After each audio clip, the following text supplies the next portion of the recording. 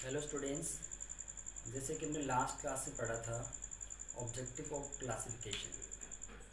उसके बाद जो हमारा नेक्स्ट इसका पॉइंट है requisite of a good classification.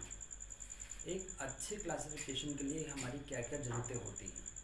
जो भी डाटा, जो भी इंफॉर्मेशन हमको एक रॉ फॉर्म में मिलती है, उसको हम किस तरह से एक नाइस वे में, एक अच्छी तरीके से उसको कैसे क्लासीफाइड करें, जिससे कि हमारा जो भी ऑब्जेक्टिव है या जो भी हमें कंक्लूज़न चाहिए वो हमारे लिए बिल्कुल एक राइट और एक बहुत ही अच्छी तरीके से हम उसको कर पाएँ। उसके लिए बहुत ज़रूरी है जो भी इंफॉर्मेशन है वो एक उसका जो क्लासिफिकेशन है बहुत हमें अच्छी तरीके से करना होगा। तो एक गुड क्लासिफिकेशन के लिए क्या क्या ज़रूरत होती है, क्या रिक्विजिट्स हैं, उनको देखते हैं हम। फर्स्ट हमारा है this is suitable. It should match the objective of investigation. एक गुड क्लासिफिकेशन के लिए बहुत ज़रूरी है कि हम जो भी रॉ डाटा को इस तरह से क्लासिफाइड करें कि वो सूटेबल हो, मतलब जो भी ऑब्जेक्टिव है हमारा इन्वेस्टिगेशन का उसको पूरी तरीके से फुलफ़िल करें। अगर हमें इंफॉर्मेशन चाहिए रिगार्डिंग स्टूडेंट्स की हाइट्स, अगर हमें उनकी ये जानना है हमें जितने भी बच्चे हमारे इस क्लास में उनकी कितनी हाइट है, तो हम इस तरह से उसको क्लासीफाइड करें कि सभी बच्चों की जो भी हम कॉलम्स बनाएं उनमें हम एक अलग से उसकी हाइट का कॉलम अलग बनाएं, जिससे कि हमें सारी इन्फॉर्मेशन उसी कॉलम से मिल जाए। उससे दूसरा जैसे हमारा एक और है अनएम्बिगुअस।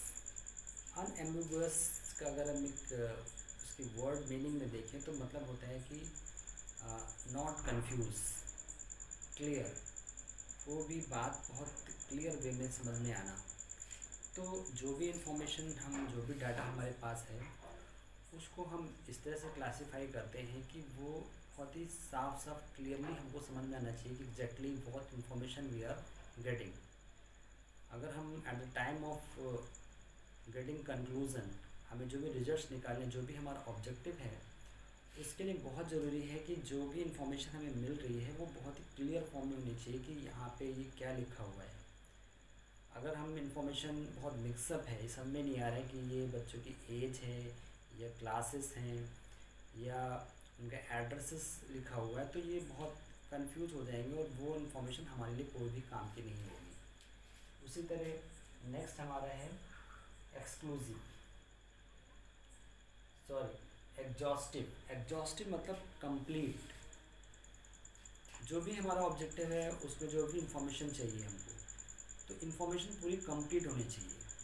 ऐसा ना हो कि एट द टाइम ऑफ हम जो भी हमारा ऑब्जेक्टिव है या जो इन्वेस्टिगेशन हम कर रहे हैं वहाँ पे जो इन्फॉर्मेशन हमें मिली वो पूरी तरीके से कंप्लीट नहीं है, और इन्फॉर्मेशन अगर कंप्लीट नहीं होगी तो हमारा कंक्लूज़न भी सही से नहीं आएगा। इसलिए एग्जॉस्टिव जो इन्फॉर्मेशन है पूरी तरीके से कंप्लीट इन्फॉर्मेशन हमारे पास आनी चाहिए। नेक्स्ट है फ्लेक्सिबिलिटी।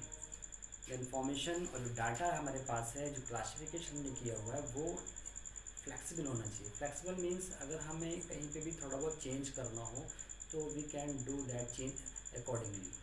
तो बहुत ही you can say that is flexible, not a very rigid form. अगर हमें वहाँ पे किसी कॉलम में कुछ चेंज करना हो तो हम आसानी से उसको कर सकें। Then mutually exclusive. Mutually exclusive मतलब है कि जो भी इंफॉर्मेशन होगी उसमें किसी तरह का कोई कन्फ्यूज़न ना हो। जैसे कि हम पढ़ते हैं, अगर हम ये कहें कि अगर जो स्टूडेंट्स हैं, जो हम कहें कि जो 1 to 10 क्लास के स्टूडेंट्स हैं वो इस रो में बैठ जाएं, और मैं कहूँ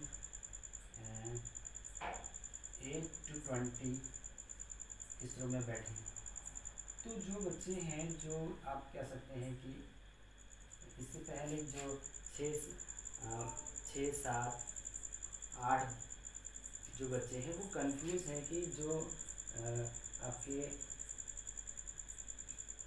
7, 8, 9 ये जो इस क्लास के बच्चे हैं वो कंफ्यूज होंगे, वो समझेंगे हमें किधर जाना है, क्योंकि यहाँ पर भी उनका आ रहा है और यहाँ पर भी वो इसमें इंक्लूड हो रहे हैं। तो इसलिए हम इसको बोलते हैं म्यूचुअली एक्सक्लूसिव। ये बहुत इंपॉर्टेंट पॉइंट है, इसको समझिएगा। लास्ट है होमोजेनिटी।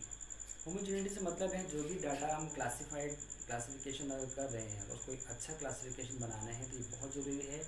जो इन्फॉर्मेशन है अगर हम उसकी क्लासिफिकेशन करते हैं और ये कॉलम्स बनाते हैं, तो हर जो कॉलम क्लासिफिकेशन है उसमें जो भी डाटा रखा है जब वो एक ही जैसा हो, सिमिलर हो, होमोजीनियस हो। ऐसा ना हो कि अगर क्लासेस बच्चों के जो क्लास लिखे हुए हैं तो उसमें सिर्फ क्लास होना चाहिए। ऐसा नहीं कि 2 बच्चों की उसमें क्लास लग दी है, फिर उसी में एज भी लिख दी है या उसमें उनका सब्जेक्ट भी लिख दिए हैं। तो इस तरह से जो डाटा है वो एक जैसे मिक्सअप फॉर्म में हो जाएगा। तो data should be classified on the basis of homogeneity, जो उनमें सिमिलैरिटी है, जो उसमें एक जैसी चीज़ है उसको उसी कॉलम में ही उसको रखना होगा, तभी हम वो इंफॉर्मेशन, वो डाटा हमारे लिए यूज़फुल होगा। जो for that we can achieve our object. Now we further discuss methods of classification.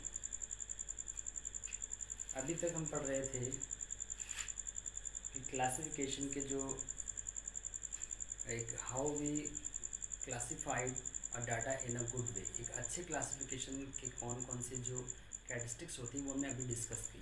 अब हम डिस्कस करते हैं methods of classification. This is first है आपका जियोग्राफिकल क्लासिफिकेशन। जियोग्राफिकल क्लासिफिकेशन जैसे कि हम कह सकते हैं कि जब हम किसी भी डाटा इन्फॉर्मेशन को उसको लोकेशन के बेस पे हम जब उसको क्लासिफाइड करते हैं, कोई भी डाटा किस रीजन से है, नॉर्थ से है, ईस्ट है, वेस्ट है, किस पर्टिकुलर रीजन से वो डाटा हम कलेक्ट कर रहे हैं, अगर हम उस बेस पे उसको क्लासिफाइड करें तो that is a geographical classification. जैसे कि लिखा हुआ data is classified according to geographical location. जब भी किसी जो हमारा इन्वेस्टिगेशन का ऑब्जेक्टिव है, अगर हमको ये देखना है कि हमारी जो कंट्री की पॉपुलेशन है वो किस स्टेट में कितनी है, तो हम इसको एक लोकेशन वाइज उसको हम क्लासिफाइड करेंगे कि यूपी में कितनी है, एमपी में या हमारा महाराष्ट्र में, जो भी जितने भी हमारे स्टेट्स हैं वो एक अलग अलग उनका ज्योग्राफिकल लोकेशन है, उसके हिसाब से जो भी इंफॉर्मेशन, जो भी डाटा कलेक्ट किया जा रहा है, तो हम उसको बोलेंगे ज्योग्राफिकल क्लासिफिकेशन। इसको हम स्पेशल क्लासिफिकेशन भी कहते हैं। दूसरा हमारा है chronological classification, that is based on the period of time. कई बार ऐसा होता है जो भी हम डाटा या इन्फॉर्मेशन कलेक्ट करते हैं उसका भी एक टाइम पीरियड पे होता है कि अगर हमें चाहिए कि 2000 से लेकर 2005 तक की जो इन्फॉर्मेशन है वो हमें चाहिए, और या 2005 से 2010 तक चाहिए, तो हम जो डिफरेंट पीरियड्स की इन्फॉर्मेशन हम अलग अलग उसको क्लासिफाइड करके रखते हैं, कॉलम्स बना लेते हैं कि दिस इज़ फ्रॉम 2000 to 5 या 2005 to 2010, 10 to 2015। इस तरह से 5 ईयर्स का जो पीरियड्स में डिवाइड कर लिया, that is chronological classification. Then we have qualitative classification. Qualitative classification means a basis of the attributes. जो क्लासिफिकेशन किसी न किसी एट्रीब्यूट्स पे बेस्ड होता है, कोई ना कोई उसके अंदर क्वालिटी पे बेस्ड होता है, तो उसको बोलते हैं क्वालिटेटिव क्लासिफिकेशन। जैसे colours of flowers, genders, habit, cost etcetera. हमें जो इन्फॉर्मेशन चाहिए, जो हमने डाटा कलेक्ट किया है, अगर हम उसको क्लासिफाइड करते हैं एक क्वालिटेटिव बेस पे, तो उसमें अगर हमको लगता है कि कितने लोग हैं जो क्रिकेट्स पसंद करते हैं, कितने लोगों की हॉबीज़ है जो सिंगिंग है, या कितने लोग ऐसे हैं जो पर्टिकुलर सब्जेक्ट को पढ़ते हैं। Now we see the last quantitative classification. Quantitative classification जैसे कि हम देख रहे हैं, जब हम किसी इंफॉर्मेशन या डाटा को मेज़र कर सकते हैं किसी क्वांटिटेटिव फॉर्म में, जैसे वेट, हाइट, इनकम। अगर हम जो भी रॉ डाटा हमारे पास आया है, अगर हम उसको क्लासिफिकेशन करते हैं कि वेट है, किसी बच्चों के वेट है, कोई कितने वेट के बच्चे हैं, तो उनको एक अलग कॉलम में रख लिया, या हमने देख लिया कि हाइट के बेस पे अगर हम क्लासिफाइड कर रहे हैं तो हाइट के बेस पे उसका अलग कॉलम बना लिया।